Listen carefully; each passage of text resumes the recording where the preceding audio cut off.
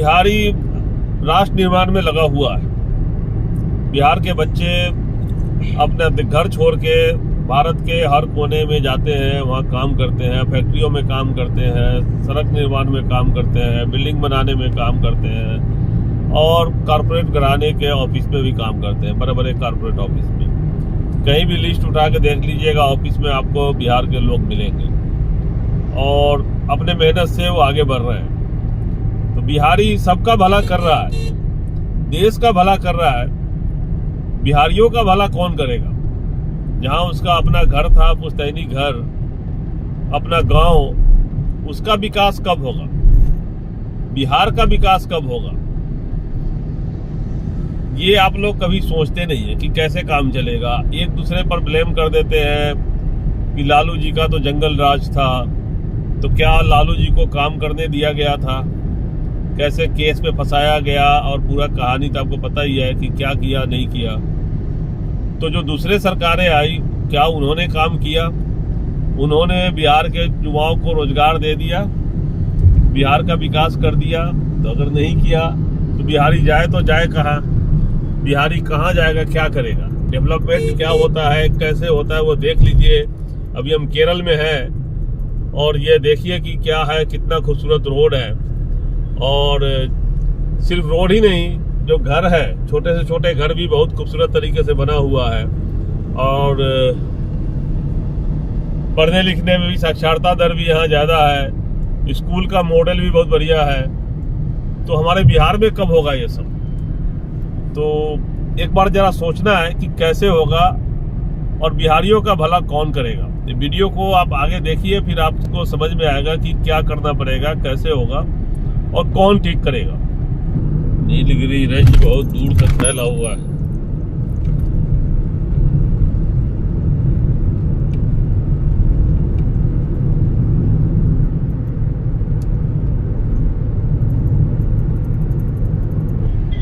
छह महीना में भी आप साउथ के सारे राज्यों को नहीं घूम पाएंगे, किसी भी राज्य में। अगर कर्नाटका घूमना है तो कर्नाटका बहुत बड़ा है और बहुत सारे टूरिस्ट डेस्टिनेशन है।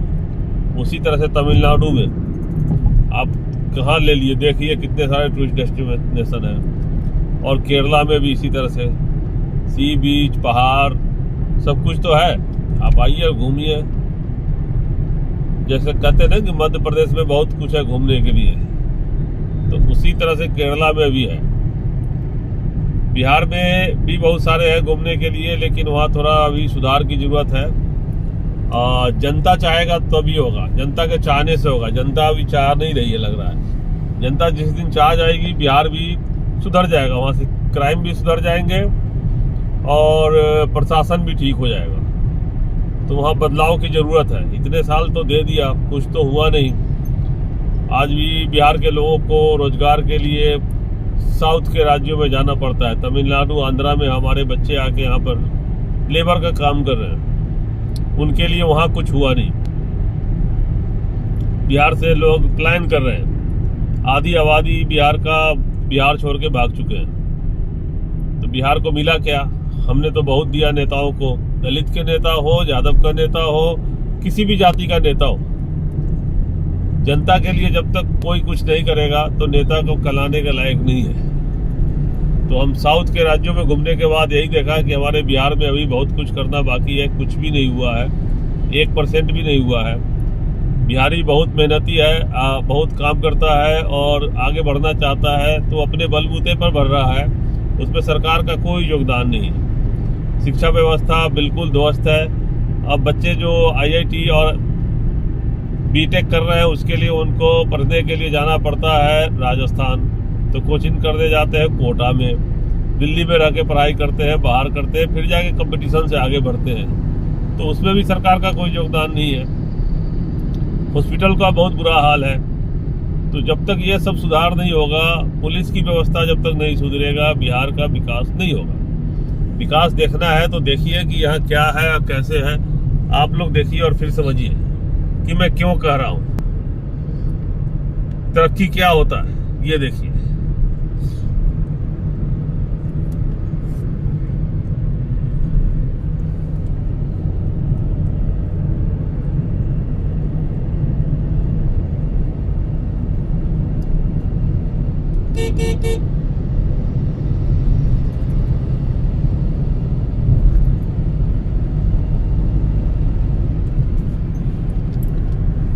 तो कहने का मतलब है कि बिहार वाले क्यों सफर करें, वो क्यों नुकसान झेले।